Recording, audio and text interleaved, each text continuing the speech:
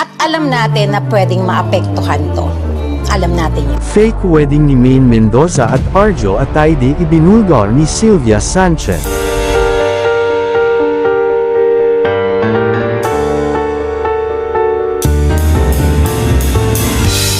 Mismong si Sylvia Sanchez ang nakakaalam ng lahat ng pinaggagawa ng kanyang anak na si Arjo Ataide dahil bilang isang ina ay siya ang pinakaunang tao na makakaalam ng mga ginagawa ng kanyang anak na mismong siya ay labis na nasasaktan.